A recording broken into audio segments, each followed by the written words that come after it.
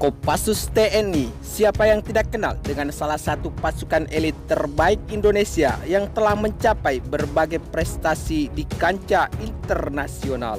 Apalagi prestasi pencapaian urutan pertama sebagai pasukan elit yang paling mematikan di dunia pernah diduduki oleh pasukan TNI. Pencapaian salah satu pasukan elit di Angkatan Darat TNI Indonesia ini tentunya tidaklah semudah yang kita lihat dan bayangkan. Sebab untuk menjadi salah satu pasukan khusus atau Kopassus, semua prajurit tangguh Indonesia harus melewati pelatihan yang sangat ketat, mempelajari ritme taktik dan strategi tempur, serta masih banyak lagi tahap khusus yang telah dirahasiakan untuk publik.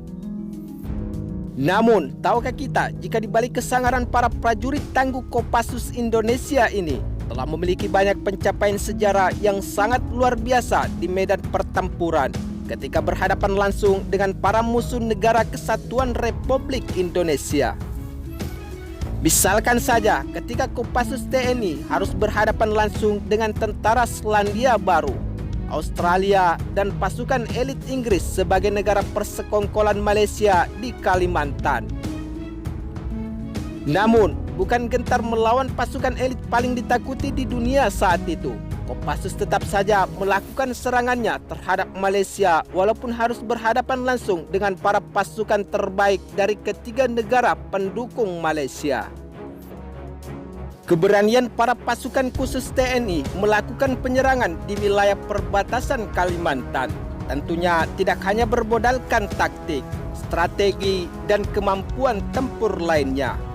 Namun apa yang dilakukan para prajurit tangguh tersebut adalah karena kecintaannya terhadap bangsa ini dan demi membela serta menjaga wilayah kedaulatan NKRI walaupun nyawa sebagai taruhannya.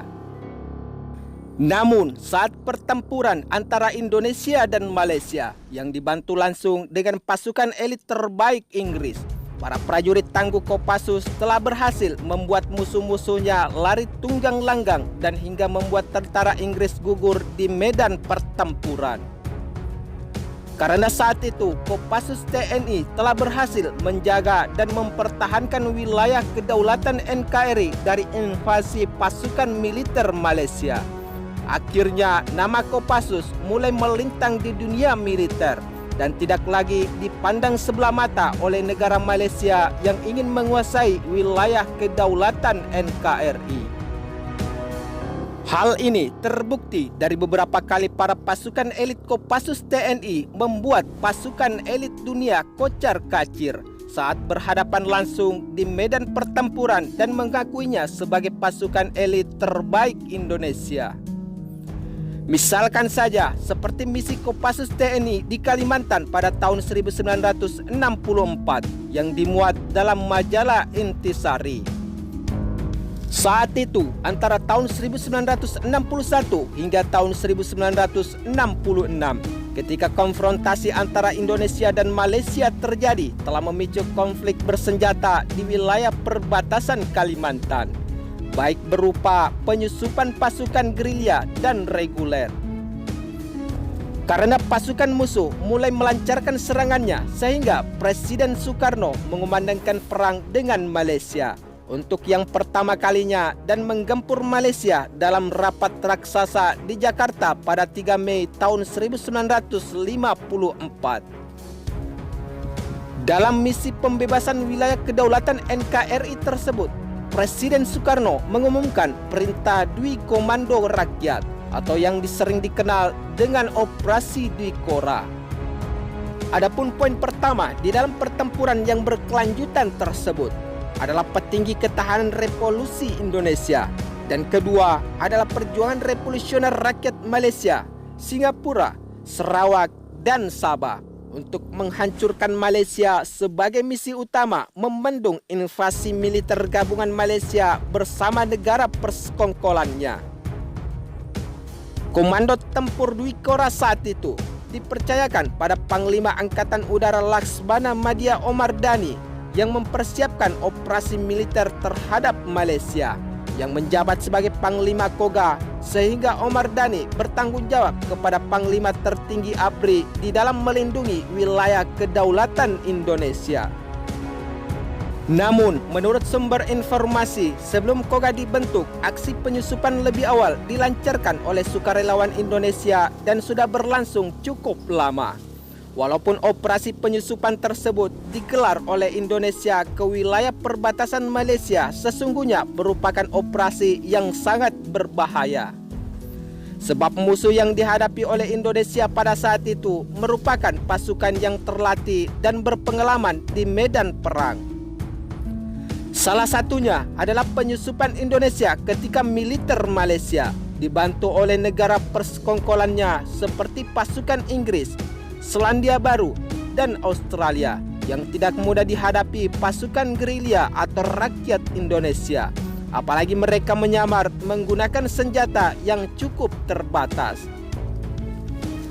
Adapun gerilyawan Indonesia tersebut terdiri dari sukarelawan yang harus menghadapi pasukan Gurkha dan SAS Inggris yang sangat berpengalaman di medan pertempuran atau tepatnya di wilayah perbatasan Kalimantan.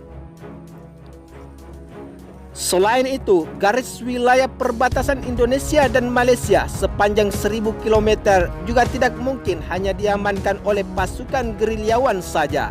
Sehingga bagi Panglima Angkatan Darat Letnan Jenderal Ahmad Yani, situasi medan pertempuran itu sangat menyulitkan.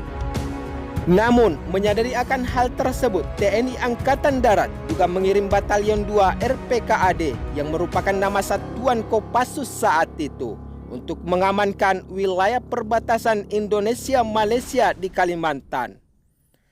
Selain itu, menurut buku Beni Moerdano, Letnan Jenderal Ahmad Yani kemudian memanggil personil andalan RPKAD yang sukses memimpin perang gerilya di Irian Barat, yaitu Beni Moerdani, dan dia diberi tugas untuk mengorganisasi serta menangkap penyusup pasukan Inggris di wilayah kedaulatan NKRI.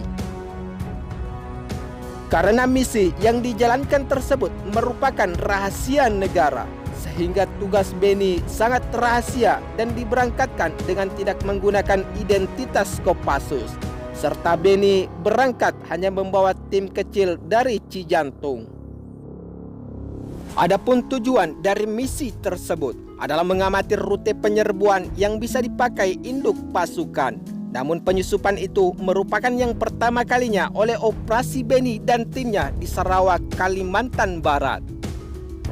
Setelah sesuai dengan sasaran yang diserbu oleh RPKAD dan satuan lainnya, pasukan Beni melakukan tugas secara berpindah-pindah untuk menyamarkan diri dari pasukan musuh. Sehingga para prajurit Kopassus TNI harus mengenakan seragam TNKU dan mulai melakukan perang gerilya terhadap pasukan Inggris di wilayah perbatasan kedua negara. Adapun pasukan TNKU yang dipimpin langsung oleh Beni diperkuat bersama pasukan RPKAD atau Pasukan Khusus Tentara Nasional Indonesia yang menunjukkan kehebatan mereka terhadap pasukan gabungan Malaysia dan negara persekongkolannya. Namun, demi mempertahankan wilayah kedaulatan NKRI, Kopassus TNI bersama pasukan gerilyawan tidak peduli walaupun musuhnya adalah pasukan elit dunia atau SAS yang dibanggakan Inggris. Selain itu, yang menjadi kebanggaan bagi TNI dan bangsa Indonesia adalah ketika dalam serangan itu TNKU berhasil menawan satu pasukan SAS dan menembak mati satu orang tentara SAS. Sementara dua musuh lainnya lari tunggang langgang di saat berhadapan langsung dengan Kopassus TNI dan pasukan gerilyawan di medan pertempuran. Karena berhasil menaklukkan pergerakan Malaysia dan pasukan gabungan SAS di wilayah perbatasan Kalimantan dan Sarawak, sehingga peristiwa tertawannya pasukan SAS Inggris itu disampaikan kepada Letnan Jenderal Ahmad Yani, yang merupakan peristiwa penting dalam catatan sejarah militer Kopassus. Karena pasukan SAS yang tertangkap terluka, sehingga pasukan elit kebanggaan Inggris tersebut dikirim ke Jakarta untuk kepentingan propaganda.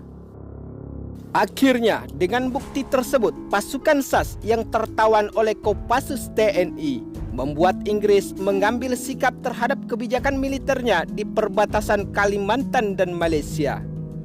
Namun, karena kurangnya transportasi dan sarana kesehatan pasukan SAS yang tertawan akhirnya mati dan meninggal sebelum dikirim ke Jakarta.